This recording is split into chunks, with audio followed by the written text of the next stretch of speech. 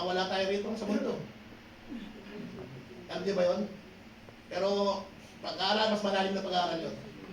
Sa theology, pinag-aaralan yun. Sumakta natin, no? Sa kabila ng lahat, ito isa lamang ang aking masasabi. Sabi ni... alam niyo ba kung sino nagsabi niyan? Kilala niyo kung sino nagsabi niyan? Hello? Paul. Sino? Hello? Di ba si Paul? Anak ni Hari ng David? Amen. So sabi niya, matakot ka sa Diyos at sundin mo ang mga utos sapagkat ito ang buong katungkulan ng tao. So makita natin, oh, hindi nagkatahay para sa Diyos. Hindi nagkatahay para magpuri sa Panginoon. Pero kumusta yung 6 days, 7 days natin sa linggo, may ginagawa tayo para sa Lord? Hello? Amen. Amen. Next. Alam niyo ba sa gagawin natin, sabi nga, pag ikay lumabot sa Panginoon, sabi nga, ikay merong makakamit. At yung mga makakamit mo pagpapala kapag sumunod ka sa Diyos, eh meron ka talaga makakamit. Sabi nga. Alam niyo ba kung ano na yun? Una, kapayapaan. Peace! Sabi nga. Tignan niyo yung katabi niyo kung may kapayapaan. Ay, nasayo. Magulo lang ang buhok, pero payaan tayo. O baka naman, guli mo na yung buhay ko, wag lang ang buhok ko. Sure. Amen. Next, sabi rin sa verse, huwag kayong mapagabag, sabi ng Panginoon. At huwag kayong matakot, dahil iniiwan ko sa inyo ang kapayapaan, ang aking kapayapaan, ang ibinibigay ko sa inyo, hindi ito katulad ng kapayapaan ibinibigay ng mundo. Totoo yun. Alam niyo ba sa mundo kapag yung sinasabing kapayapaan, kaguluhan pa rin yun. Alam niyo ba yun? Yung sinasabing, may peace of mind ako, yung sinasabi niya na dahil sa pera, marami akong pera. No, lalo kang maraming problema pag ikay nanananan sa kayamanan mo. Alam niyo ba yun? At pag dumating pa yung sitwasyon na ang kalasugan mo na problema mo, doon mo masasabi na hindi pala talaga assurance or security yung financial. Pero hindi ko sinasabing masama mag-ipon, mga kapatid. Kailangan din natin yun. Amen? Next. Ano yung pangalawa? Kagalakan. Naniniwala ba kayo? Na kapag kayo sumunod sa Panginoon, magkakaroon ka ng kapayapaan, magkakaroon ka ng kagalakan. Totoo ba yun? Hello? Amen. Tignan mo yung katabi mo, may kagalakan. Galak na galak, no? O baka natatawa sa'yo. Hello? Ayusin mo sarili mo, baka natatawa sa'yo sa kapatid. Kaya nagagalak. Amen? Sabi rito sa awit 16 verse 11, ituturo mo ang landas na patungo sa buhay. Sa piling mo'y madarama ang lubos na kagalakan. Ang tulong mo'y nagdudulot ng ligayang walang hanggan. At sa awit 30 verse 11, pinawi mo itong aking kalungkutan, pinalitan mo ng sayaw ng kagalakan, pagluluksa ko ay iyong inalis, kaligayahan ang iyong ipinalit. So pag inas Panginoon at sumusunod ka sa Kanya, magaganap yan. Hindi ako sasalita, ang Bible ang sasalita, galing nga sa Bible. At yan ay totoo. Kailangan natin awakan. May mga pagkakataon talaga minsan, ang problema, akala mo, kanina nga pag-isip ko, nalaman ko siya, naliligo ko eh. Talagang parang, sabi ko, oh my God. Pero I know, God will do something. At alam ko may purpose pa rin yun. Para pagawa mo na taas. Siguro. Kaya pipipray ko, Lord, sana marin yun yung kama ko, mag-aaning na buwan na. Pero alam ko, pag narin yung kama ko, boom! Pogi na naman si Kia. Amen! Hallelujah! Ikatlo. Naniniwala pa kayo dyan na kapag kayo sumusunod sa Panginoon, yung pagpapala niya na pisikal na kaligtasan na iyong makakamit. Ang tanong, nakikita niyo ba yan? Dapat. Pastor nga, natutulog nagdadrive, hindi buhay pa nga ngayon. Sabi nga nung kapatid, no? Parang cars yung sasakyan mo, pastor. Hindi naman ako bumangga, siya bumangga. So, bakit natin, no? Yung physical na kaligtasan, ibibigay sa'yo ng Panginoon yan. Ang sikreto lang, unang-una, meron. Sino rin yung pag pinagpipray eh, ba't ako? Meron ba rin ka nun? Nagiging panigi, ba't ako? Ito, naging panigi ka na naman ah. Ba't ikaw? Batman. So, huwag tayo maiya pag pinagpipray tayo mga kapatid. Kaya dapat nga pinapractice natin yung personal yung prayer. Alam mo, true prayer, sabi nga, Jeremiah 33:3, yan yung sikreto eh. Para makita sino Panginoon yung mga kamanghamangang bagay na hindi mo naunawaan. Sa pamamagitan ng panalangin yan, makikita mo yan. Alam niyo ba yun? Huwag tayo mayang manalangin. Mahirap talaga manalangin pag congregational. Naalala ko nung bago pa ako eh. Asarap ng upo ko. Oh, pero Roger, parang lang may pagkain. May daming tao. Sara. Naku, ano yung pray ko? Lagi ng paminta. Pero, sunod lang. Amen lang. Nanginginig pa eh. Lord, pati talsik ng laway. Iiwasan ko. So bakit natin, no? Napakahirap manalangin. Lalo sa mga bago, pero alam niyo ba, ang prayer, pag ikay pray, ano yan, kumbaga sa pagkakataon niya para pangunahan mo yung gawain ng Lord. Napakalaga nun. Kaya pag ikay pray, huwag ka maiya, huwag ka matakot. O, pag-pray mo yung pagkain. Amen, laging amen. Tsaka dapat ang prayer, pinapractice mga kapatid. Isa sa pagsunod sa Panginoon, alam niyo ba? Tinuturo ng Panginoon Jesus yan eh. Sino rito yung alam yung Acts prayer? Sino hindi pa pala alam? Sino hindi pa nakakalam ng Acts prayer? So, itanong nyo kapatid niyan, sa Deacon. Amen. So, bakit natin, no? Maraming pagkakataon na binigyan tayo ng Lord ng pagpapala. Na which is dapat pinapractice natin. Which is dapat sinasapamuhay natin. At dapat nakikita natin yung pagpapala ng Diyos na sa ating buhay. Kahit malit na bagay yan, dapat magpasalamat ko sa Lord. Naalala ko nung nabubuhay na bisyo ko eh. Sabi niya, kailangan ba istorbohin natin ang Diyos sa mga bagay na opo sir, kasi kailangan humingi ng gabay lagi sa Lord eh. Kahit kaya mong gawin yan, pag-pray mo pa rin. The Lord, sama mo ako, bigyan mo ang talino. Kaya sa umaga, lagi yung prayer, Lord, wisdom, favor, yun lagi yung panalangin. Maging pagpapala ako, Lord, sa mga kasama ko sa trabaho. Kasi pwedeng gamitin din naman yung mga kasama mo, pwedeng gamitin niya ng kaaway para masira araw mo. Naniniwala ba kayo ron? Amen. Amen. Di ba? Amen. At kayo rin, pwede rin kayo gamitin ng kaaway para masira araw niya. Kaya nga dapat, ang pagdamay mo, maging pagpapala ako, Lord. Napakahalaga nun. Sa pamagitan nun, makita natin yung pagsunod. Amen? At yung pagpapala ng Panginoon, may isasamin mo kahit na hindi yan mananampalaya. Alam niyo ba, pag nakitaan ka niya nakakaiba, kahit na hindi ka rin sa salita, kung pwede sabihin niya, alam niyo mga ginagawa mo kayo, no? Wala ka, gusto ko sumama dyan, maganda pa rin dyan, ha? Diba? Magiging gano'n, mangyayari yan. At isa pa ito, naaalala ko nun yung isang humingi yung panalangin yung kasama ko. Ano lagi yun? Ano ko ba? Kung mga sana matatawag ng persecutor yun eh. Alaskador yun eh. Pag dumadaan ako, kinakantana ko ng Hallelujah! Mga ganun-ganun. Sabi ko, masama yung ginagawa mo. Bro, hindi mo ba alam yan? Yan yung pinaka-highest level of worship para sa Panginoon. Yung Hallelujah, ano yan? Highest praise yan. Hindi mo dapat binabanggit yan. Sabi ko, hindi ka natakot sa Diyos. Simula nun, hindi na ako ginaganon. Natakot din siya kasi naniniwala siya ng Diyos. Pero nakakatuwa, dumating yung oras na humingi siya ng panalangin. At yun ang ginamit ko para sabi ko, Lord, kailangan, kung gusto mong humingi ng panalangin para mag-manifest yan, kailangan kilalanin din si Cristo at gawin mong tagapagligtas sa buhay mo. Amen? So, dati yung oras kapag nakita sa buhay natin, isa sa buhay natin yung pagpapala ng Lord, magugulat ka. May gagamitin ng Diyos para magkaroon ka rin ng tinatawag na spiritual son or spiritual daughter. Sino din nagkanais na magkaroon ng anak na spiritual? So, lahat tayo dapat naisin natin. Unang-una yung pamilya natin. Huwag mo tayo lumayo. Yung pamilya natin, unahin natin na makilala sa Lord. Yung mga natutunan natin dito, hindi lang dapat yung itinatago. Dapat yan, ako nung una, akala ko, tama yung kakain lang naman din ako rin. Ilang, sa totoo lang, pagkain yung una nakahakot sa akin, kung ba't ako nadal sa church. Totoo naman, boss. Uy, namin, pagkakawa eh. Hindi ako nahiya kasi, alam mo dahil sa pagkain din yan, nagkasakit ako eh. At dahil sa pagkain din yan, natutunan ko kung paano yung tatawag na balance diet. Zero carb. Oh. Dalawa kami nakasama ko, mataba. Nakakatulog din siya, nakakatulog din ako. Pero pagdating sa buhatan, sisiw. Hindi niya kayang buhatin yung binubuhat ko. Yung sinasabing favor ng Lord, di ba? At ako rin nagturo sa kanya na nagpapalaboratory ka, Brad. Gamitin niyo yung kapangyarihan ng Lord. Mga doktor, ginagamit din niya ng Lord eh. Naniniwala ba tayo ron? Huwag natin sabihin na yung doktor sa demonyan noon. Ginagamit ka ng Lord para mapaganda katawan mo. Sabi ko, pag siidad tayo, hindi Hindi ka nagpapalaboratory, umaasa ka sa mga sayang yung insurance mo.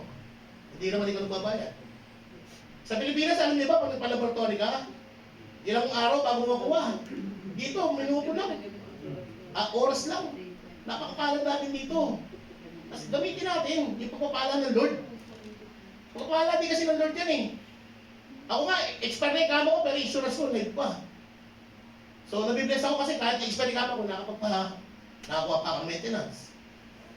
Tapos, isang araw, text sa akin, narin yung insurance ko, pero yung kama ko, hindi pa ganun. 6 months na yung kama ko. Pero alam ko na, may plano pa rin si Lord. Kasi, ang hinihingi Lord, kung talagang hindi ako makakalipat, i-renew mo na yung kama ko. Ganun lang yun. Amen? So, next. Sabi nga, physical na kaligtasan. Parang nalayo tayo sa physical na kaligtasan. Pero alam nyo, kaligtasan na sinasabi ngayon, kalusugan eh. Hindi lang naman yung na-aksidente ka, yung maiiwas na, no. Pati yung wisdom ng Lord sa katawan mo. Yan yung physical na kaligtasan pa rin yan. Di ba? Amen. Next. Ang sabi niyan sa awit 120. Basahin nga natin sabay-sabay. 1, 2, 3. Siya ika'y ililigtas. Yahweh ang siyang sa iyo'y mag-iingat. Saan man naroon, ika'y ingatan. Hindi ka maano kahit ang kailan. Amen. Totoo yan. So, kailangan lang natin hawakan yung promise ng Lord. Amen. Next. Kapangyarihan. Alam niyo ba sa pagsunod niyo sa Panginoon, makakamit niyo yung kapangyarihan? Hello? Amen. Meron din kapangyarihan sa Lord. Hindi niyo lang alam. Ay akin. Ayaw niyo lang gamitin. Kaya minsan nalulubog tayo eh. May ibinigay ang Lord ng authority sa atin. Ayaw mong gamitin. Yun yung pagpapala ng Lord sa atin. Sabi niya sa Lucas 10:19, binigyan ko kayo ng kapangyarihan tapakan ng mga ahas at mga alakdan at ang lahat ng kapangyarihan ng kaaway at walang makapananakit sa inyo. Pero hindi literal lang mga kapatid ha, baka mamaya paka mo talaga yung ahas ha. May wish naman Lord. Yung isang Chinese, pumasok ba naman doon sa kulungan ng leon, daldala pa yung Bible, ginaka-cast out niya. Paano mo kaka-cast out yun eh? Leon yun. Lalapayan ka talaga nun. Ang nais ng Lord yung talino na wisdom na binigay niya, gamitin mo. Yun yung kapag ikay nakaramdam ng braso ko, in Jesus' name. Sa pangalan ni Jesus, tumalas tayo espiritu ng sakit. Di ba? Pero huwag ka rin kakain ng alam mong kontra. May gamot naman. Soft drinks pa more. Oo, kaya yun. Sabi niya, Teresa, ako daw yun. May gamot ako eh. Tingnan mo ito, okay. Si Lord, ang gamot ko. Alam niyo ba yun? Oh, mga may sakit. Lord, pag ininom ko yung gamot ko, Lord, dahil magiging instrumento to. Pero pag talagang gusto ko ng soft drinks, hindi nyo lang alam, may sikreto ko eh. 50-50 ang ginagawa ko eh. Talagang minsan naglalaway ako eh. Eh pag trabaho ko, napawisan ako eh. Gagawin yung soft drinks, 50 tubig, 50 na soft drinks, patagpang ako eh. Talagang pa yelo. Wala, no choice eh. Pag inom, kinabukasan, no? Pagising sa umaga, sakta naman talaga. Ngayon, no? Sasakta naman talaga ko, Lord. Kasalanan ko rin kasi. Next, sabi dyan sa Santiago 4:7. Ito yung pinakamahalaga eh, na hindi natin alam. Sabi rito, kaya nga pasakot kayo sa kapangyarihan ng Diyos. Labanan ninyo ang diablo at lalayoan kayo nito. Yun yung minsan na may pagkakataon na may temptation, kung bakit nadadait kayo, hindi kasi may nagpapasakot si Diyos. Yung sikreto. Saka alam niyo ba, dapat kapag alam mo ng temptation yan, dapat nadidistinguish mo yan eh. Dapat yan, nadidiscern mo eh. Bilang sa likod ng Diyos. Napahama ko to ah. Diba merong salita na ano eh, sino rito yung member ng bahala na lang? Sige-sige na nga. Yun yung minsan nagpapaham sa tao, yung bahala na. Minsan sasabihin pa, bahala na si Buddha. Kristiyano ka, masabi mo, bahala si Buddha. Mapahama ka talaga. Napakasimple lang kung paano mo lalabanan yung diablo. Ano niyo ba, minsan yung kasama mo sa trabaho, hindi yan ang kalaban mo. Kaya minsan umiinit ang ulo mo sa kanya.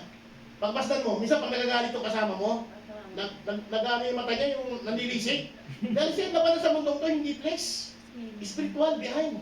Yung spiritual na nasa kanya, nakalaban ng Diablo, yun naman sa kanya. Lalo na hindi naman ng pataya. Sabi pa niya, nung kasama ko, baka, uy, subukan lang yung kartila ko. Eh, tulad isang araw, tinawag, nag-interview yung ano namin, konti ka na lang ito, may silang ito, mga 50 minutes. Nag-interview yung electrical namin, eh, hindi naman ako electrical. So, tinawag yung electrical namin. So, sinundo ko rin.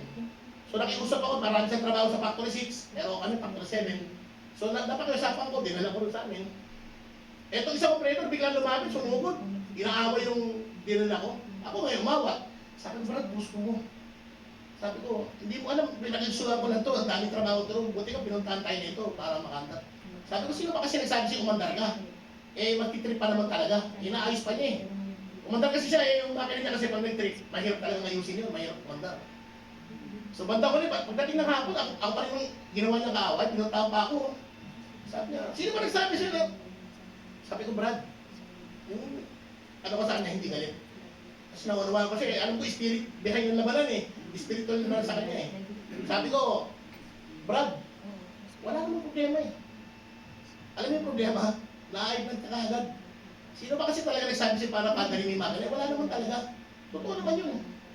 Marisan, bumurmur. Nabayaan ko na, ano yun? Pero alam mo, pagdating ng hapon, nagulat ako, uminom ng tubig, mutik pang may tapon yung tubig eh. May kumalabit sa akin. Sabi niya, bro, sorry ha.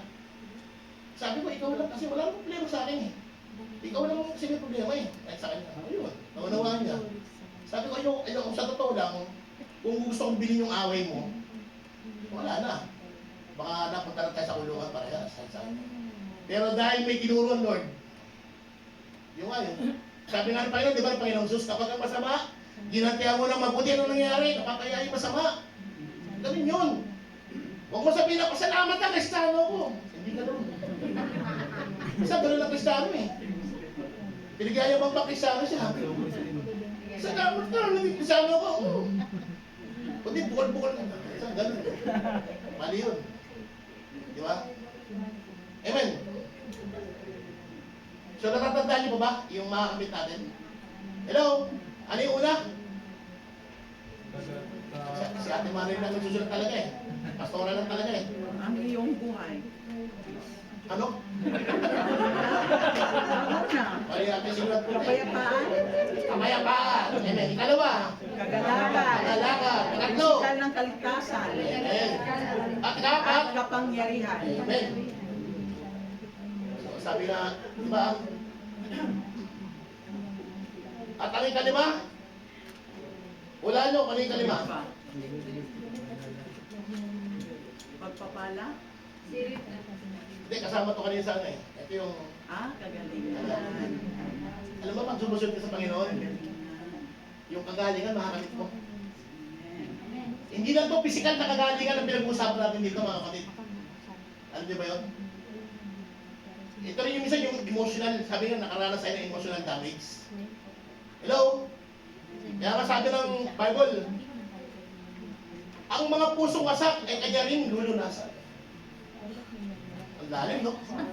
Pusong wasak. Wasak talaga eh, no? Ang natamo nilang sugat ay bibigyan kagalingan. So kung broken hearted ka, si Lord, ang mabubuo sa'yo. Hello? May mga pusong wasak pa ba rito?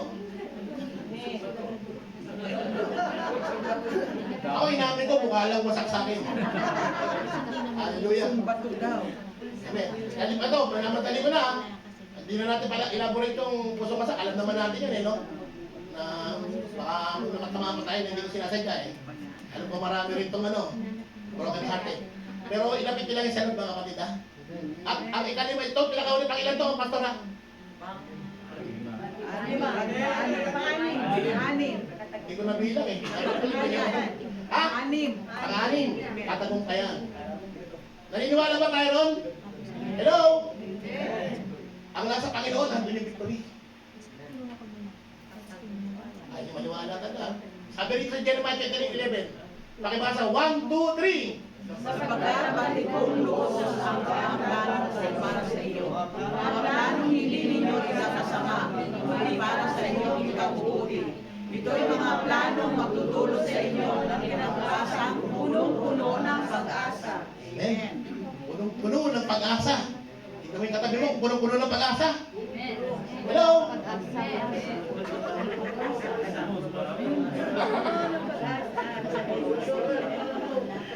Alam niyo ba minsan yung nararanasan natin na may mga talagang trial na dumarating eh, inaano yan ng Lord para maging matibay ka. Pero di lang sa alam mo, nakikita ko, ang nais ng Lord, lumapit tayo sa Kanya. Yun ang pinaka gusto ng Lord, kaya minsan inaano niya yung trial sa buhay natin. Kahit yung trial, minsan tayo may gawa eh. Alam niyo ba yun? Tayo may gawa nun. Problema natin, tayo may gawa nun. Ayaw niyo lang maniwala eh. Ayaw niyo lang aminin eh. Tayo may gawa nun. Pero ang Diyos, napakabuti. Patuloy tayong binibigyan ng pag-asa. Amen? At sa pagtatapos ng buhay mo dito sa mundo, dito tayo. Punta tayo sa tinatawag na ending ng ating buhay. O meron ditong, baka meron ditong naniniwala na hindi siya mamamatay. Ituro mo naman yung sikreto.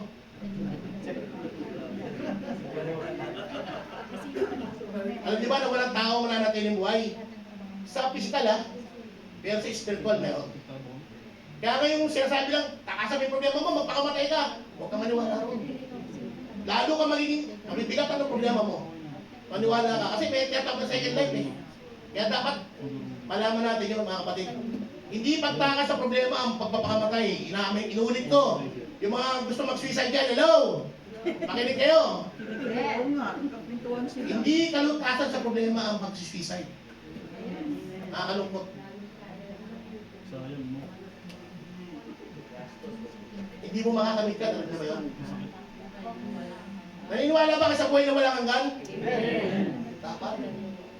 Pero kung naniniwala ka sa buhay na walang hanggan at hindi ka naman naniniwala kay Kristo, useless. Sapagkat ang eternal life, pangako yan ni Kristo. Alam niyo ba yun?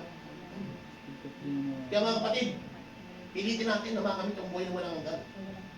Yung pagpapala ng Diyos, tabisahan natin, gamitin natin, huwag natin sayangin. Alam niyo ba yun? Yung pagpapala ng Lord, nasasayang minsan. Hindi natin ginagamit. Pansinin niyo, may mga pastor na gift of healing, si Pastor Joel, katulad yan. Glory to God. Amen. Maraming pinalangin si pastor na gumaling. Ako rin, marami lang pinalangin, pero after 1 month, namatay. Pero yun ang ministry ko, alam niyo kung bakit? Hindi ako nanunubot kasi evangelism ako eh. Alam ko, nakarating sa biyaya ng Panginoon. Nakarating siya sa karya ng Lord. Kasi 1 month bago siya mamatay, nakatanggap siya sa Lord eh. Mamamatay talaga may sakit eh. Lahat ng mga teacher ko, may cancer. Hindi ba mamamatay yun? Baka sabi mo, dahil sa pinanalain ko, namatay. Kinukorek ko lang. Depende yun. Ipinanalain ko siya para tanggapin niya si Lord. Ayun. Yun yung sinabi ko. Kaya yung ministry ko sabi ko para sa mga mamamatay na. Kasi ganun kayo yung gusto ko pa pray. Ayaw nyo. Ayaw nyo makating sa karya ng Diyos. So, imbis sa extension yung Naalala ko yung Julianisto? Ano yan eh? Nung umasya sa Pilipinas, naging sana na ako eh. Pwede ko siya ha.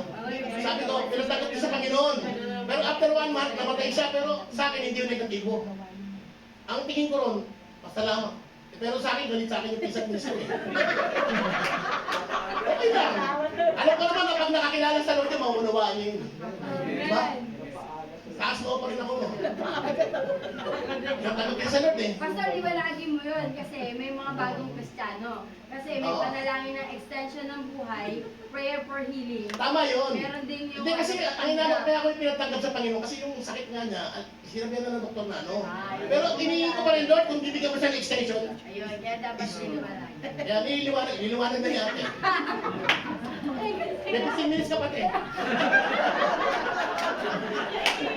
Ang pali nasa Panginoon tayo eh. We are all positive. Meron ba tao gustong mamatay? No. Kahit sabihin pang ng doktor na may cancer yan eh. Ayoko pa rin mamatay eh. Pero kailangan mo tanggapin si Kristo. You must be prepared. Yun ang sinasabi ko. Maging handa tayo. Yung nga natutulog eh. Malakas ang katawan eh. Hindi na nagising, binangungot. Mas for kayo na sinabihan ng doktor, mamamatay na.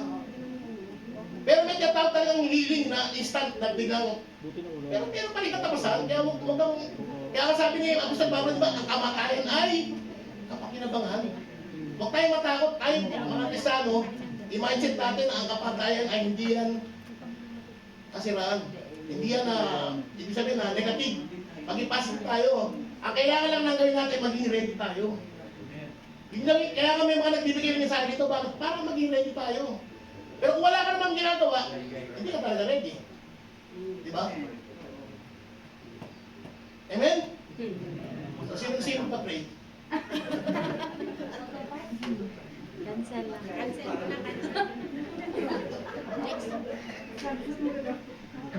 Alam niyo, sa totoo lang, ang pananalangin talaga ay kagalingan sa Panginoon. Yan ang mata sa ating hihingi. Pero kung talagang ando na siya, ano mo ng Panginoon, masusunod pa rin. Kaya nga panalangin ko eh. Kaya minsan meron isang kapatid na ano, alam ko kasi na naramdaman ko eh. Kuya, makita na tayo sa langit ah. Magulat sa akin. Hindi ko na pinaliwanag. Eh, nabalitaan ko nga na it's already passed away. Pero alam ko naman, ligtas yun kasi nakakilala sa Lord yun. Kaya nga tayo, sabi ko, makita tayo sa langit ah. Okay, malulungkot. Sa langit, ano lahat? Alam mo ba yun? Kaya nga, pagpapala, ang mensahe ng Panginoon, pagpapala yan eh. Ang kamatayan, alam niyo ba, pagpapala rin yan? Alam niyo ba kung bakit ano sabi ni Jesus Christ? Even death, nasa ilalim na ng kanyang kapangyarihan. Kaya wala tayong dapat ipangamba. John 3:16 to 17. Sapagkat kayo na lamang ang pag-ibig ng Diyos sa katauhan kahit ibinigay niya ang kanyang kaisa-isang anak upang ang sino mang sumambantay sa kanya ay hindi mapahamak, kundi magkaroon ng buhay na walang hanggan. At 17, isinugo ng Diyos ang kanyang anak hindi upang hapulang maparusahan ang mga tao, kundi upang iligtas ito upang pamagitan niya. So makita natin si Kristo. Wala nang iba. Kung meron ka pang ibang alam na kaligtasan, ituro mo. Pero sabihin ko sa'yo, mali yun. Sapagkat si Kristo lang ang kaligtasan natin. Amen? Kung babasahin niyo sa 18, na sinasabi niya na ang sino mang hindi sumampantaya sa anak ng Diyos ay nasa kapahamakan na. Kung babasahin niyo 18 yan, tutuloy mo. Kaya kapag walang Kristo, huwag kayong maniwala. Kapag yung tinuturo doon, kahit wala si Kristo, maliligtas ka, mali yun. Ang kaligtasan na si Kristo lang talaga. Kaya nga, even death, sabi ni Jesus Christ eh. Nasa ilalim na ng kapangyarihan, binigyan na sa akin ng Ama. Ang kapangyarihan, even death, kapangyarihan sa kamatayan. Kaya nga ako naniniwala ko, ang Panginoon, bumubuhay ng patay. Kaya nga kahit namatay, pwede buhayin niya ng Lord eh, kung talagang kailangan. Ikaw ba, hindi ka matatakot? Namatay tao, bubuhay, matatakot ba hindi? Hello? Ako, inamin ko, patakot ako sa patay. Pero dahil sa Panginoon, ano pag may namamatay, sa totoo lang, tatakutin ka talaga ng sarili mo, tatakutin mo yung sarili mo eh. Na pag nakita mo, no, hindi ka dapat matakot. Pandarayan lang yung nakaway. Walang namatay na bumalik. Sabi ng Bible. Kaya pag nagpakita sa'yo, hindi siya yan. Ay, dadalaw, pastor. Tatlong araw. Kaya ang sabi ko sa kasama ko, pag ako namatay, huwag kang mag-alala. Hindi mo ako mamimiss. Hindi kita matutulugin. Joke lang yun. Alam ko naman na kapag ako'y namatay, diretso na kay Lord eh. Matutulog ka muna. Di ba? Mamahinga muna tayo. Pero tanong, sigurado bang makakapit ka sa kanya ng Diyos? Kaya ngayon pa lang, tinuturo na sa atin na sumunod tayo. Tanggapin natin yung pagpapala ng Diyos sa pamuhay natin. Pero simple prayer lang, ayaw mo. My goodness. Vision. Ano sabi sa Romans 6:23? Sapagkat kamatayan ang kabayaran ng kasalanan, ngunit ang libreng kaloob ng Diyos ay buhay na walang hanggan sa pamagitan ni Kristo Jesus na aming Panginoon. So sino rito yung sigurado na, Lord, alam ko makakasama mo ako. Dapat ganun ang ating mentalidad bilang isang Kristiyano. May mga pagkakataon talaga minsan nakakasala tayo, hindi may iwasan yan eh. Nakukompromise tayo. Pero yun yung tinatawag na sinasabi ng Bible, di ba? Na 9 fruits of the Holy Spirit, ano yun eh. Yung pagtitipi mo sarili mo. Kailangan matuto ka magtipi. Alam mo na kasalanan niya, tutuloy mo pa. Kaya nga, pag ikaw napunta sa impyerno, wala kang iba sisingin sarili mo. Alam niyo ba yun? It's your choice. Pinili mo yan eh.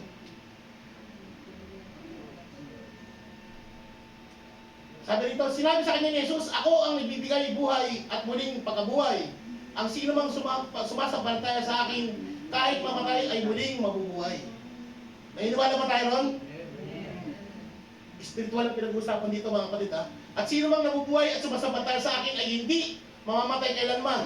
Naniniwala ka ba sa sinabi ko? Alam niyo ba kasi nakausap ni Jesus Christ yan? Hello? Wala niyo kasi nakausap ni Jesus Christ yan? Hindi ako. Si Martha ang kausap ni Jesus Christ yan. So, inamin ni Kristo, makita mo, siya ang nagbibigay buhay. Ngayon ang tanong, si Kristo ba Diyos o hindi? Diba? Kung tao yan, sasabihin ba ng tao yan? Oo. Isang patunay yan ang ating Panginoon sa buhay. Tunay na Diyos. Amen? So dapat tumibay ang ating faith bilang Kristiyano.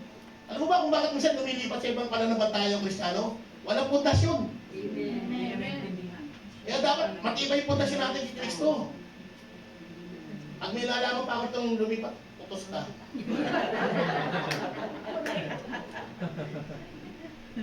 At ito ang patotoo. Ipinagkaloob sa atin ng Diyos ang buhay na walang hanggan. At ito'y makakamtan natin sa pamagitan ng kanyang anak.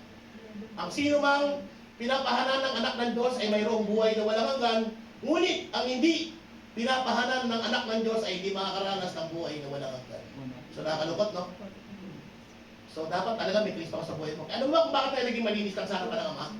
Sabi ko, pag kumakatok sa langit at di mo kasama si Kristo, hindi ka bubuksan. Pero kung makikita si Kristo sa buhay mo, pagkatok mo sa langit, bubuksan ka. Dahil kay Kristo yun, hindi dahil sa'yo. Hindi dahil sa mga ginawa mo. Amen? Amen. Kaya huwag mo sabihin na, mabuti akong tao. Wala akong inaapakan, maliligtas ako. Maling-mali yung katuruan niyo. Hindi yun ang pamantayan ng Diyos, tandaan nyo. Ang pamantayan ng Diyos ay pananampalataya kay Kristo. Kaya dapat nagpapagod tayo, pumunta tayo sa church, magsimba, magpuri sa Panginoon. Pero sabihin mo natutulog ka lang doon, nag-pray naman ako, maliligtas ako, maling-mali katuruan niyo. At isa pa, ulitin ko yung tinatawag na, pag ako'y namatay, ulitin ko ulit, ipanalangin niyo ako, walang naligtas na ganun. Kahit panalangin pa yung mundo sa'yo, kung ang ginawa mo naman sa buhay mo ay hindi ka lugod-lugod sa Lord, hindi ka maliligtas. Kaya nga sabi, di ba, ang natas ng kamatayan, ano? Papulan na. Amen? Next, 1 Corinthians 6:11, ito. Nababasa niyo ba? Oh, sige, pakibasa ang nababasa niya. Hindi ba ang mga sala na sa kanila ng Diyos? Huwag ninyong dayain ang inyong sarili. Ang mga nakikiapid, sumasama sa Diyos ay napagibala sa kawalalaki o kababae. Nanakaw, sakim, naglalasing, nanlalait ng kapwa o nandalaya ay walang bahagi sa kaharian ng Diyos. Ganyan ang ilan sa inyo noon. Subalit kayo'y pinatawad na sa inyong mga kasalanan at ginawa kayong banal ng Diyos. Pinagpapasalanan kayo sa pangalan ng Panginoong Jesucristo at sa pamamagitan ng Espiritu Santo ng Diyos. Amen.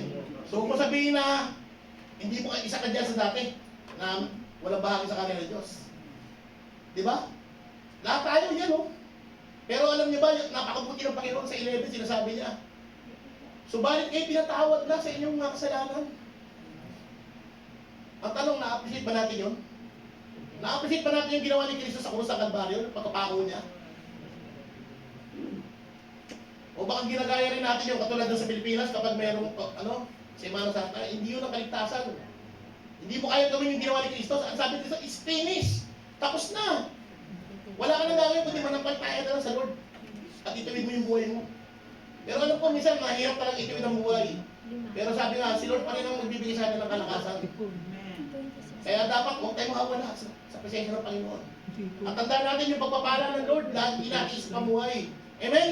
Amen. Kaya nga sabi niyan, ang pinakatakilang pagpapala ng Diyos ay ang kapatawaran sa ating mga kasalanan. Ay yung pinakatakila. Which is hindi natin nakalawaan minsan. Yung pagpapala ng Diyos, yung kapatawaran niya, napakatakilang pagpapala yan. Na dapat na-appreciate natin.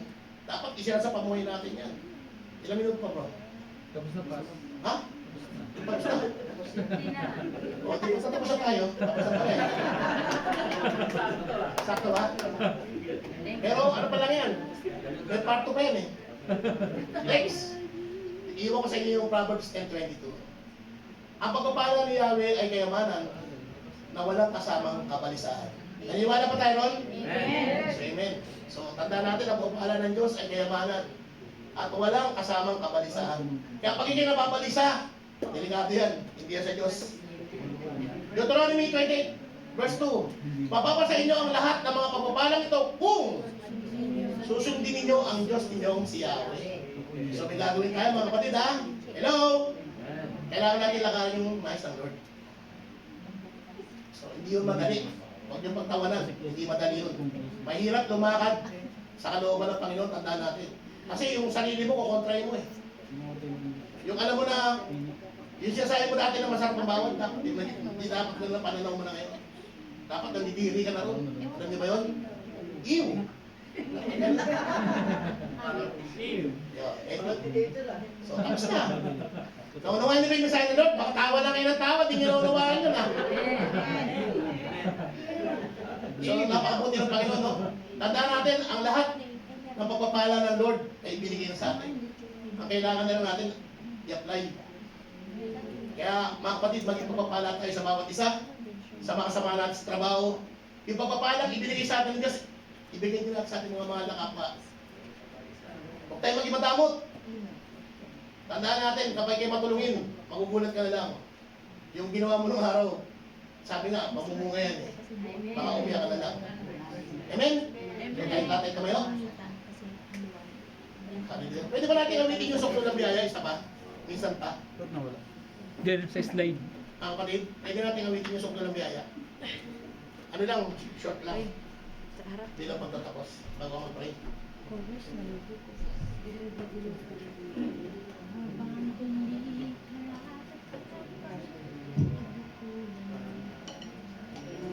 Ano pag dire-diretso na lang?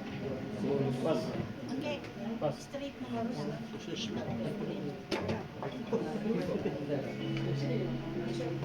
Open. Isang ano, isang pasada. Tiyak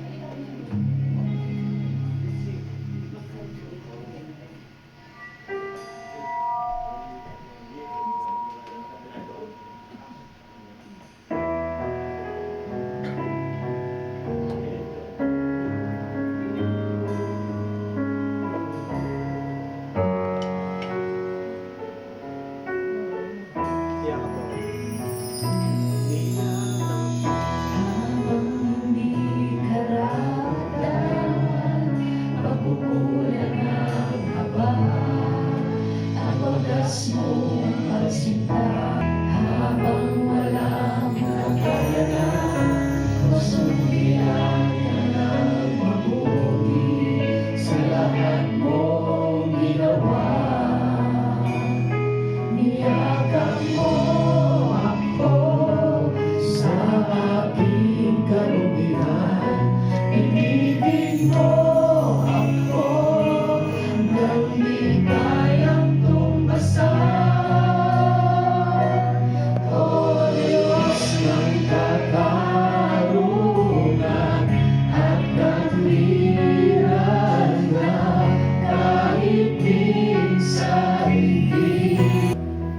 Sa mga pagpapala na hindi namin nakikita, Panginoon, wala kami ibang nais, Panginoon, kundi mapalagan lahat, Lord, ng itinuro mo sa aming buhay, Panginoon.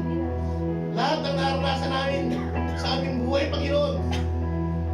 Hallelujah. Alam namin, Panginoon, ang lahat ng pinagkatusan, Panginoon. Sa oras ito, Panginoon. Hallelujah. Sa mga pinagdadaanan namin hirap, Panginoon. Alam namin, Panginoon Lord, na lagi kang nandyan. Lagi ka nagbibigay ng pagpapala. Lagi ka nagbibigay ng suktulang biyaya, Panginoon. Upang patuloy namin, Lord, matugunan ang aming mga pangailangan. Maraming salamat, Panginoon. At patuloy, Ama. Hallelujah. Bilang habang kami nabubuhay sa mundong ito, Panginoon. Ang pagpapala na ibinigay mo sa aming buhay ay patuloy namin, Lord, mapasalamatan. Patuloy namin, Lord, matakila ka, Panginoon, sa aming buhay. Maraming salamat, Panginoon, sa sukdulang biyaya na pinagkaloob mo sa aming buhay. At patuloy, Lord, na ikaw lamang, Ama, ang aming tatawagin sa bawat, Lord, maranasan namin sa aming buhay. Wala kami ibang sasandalan, Panginoon. Wala kami iba, Lord, Nahanapin ko di ikaw lamang, Ama. Maraming salamat, Panginoon, at sa pamilya, Lord. Sa hapon ito, Panginoon, alam namin naman na magre-rema, Lord, ang aming mga narinig na pagpapala na namumula sa iyo, Panginoon. Maraming salamat, Ama. Sa pamilya, Ama. Sa ilang namin, Lord, pinatutungkol ang pinakamataas na mapulit pagsambat pagdakila sa pinakamakapangyarihang pangalan ng aming Diyos na buhay. Ang lahat ng hinilang ng Diyos ay magwika ng matagumpay na. Amen. Amen.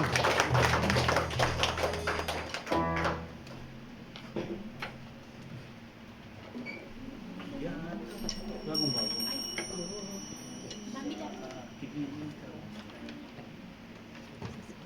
Boss.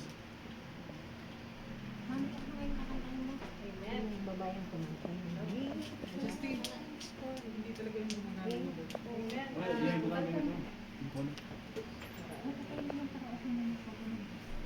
Hindi kita.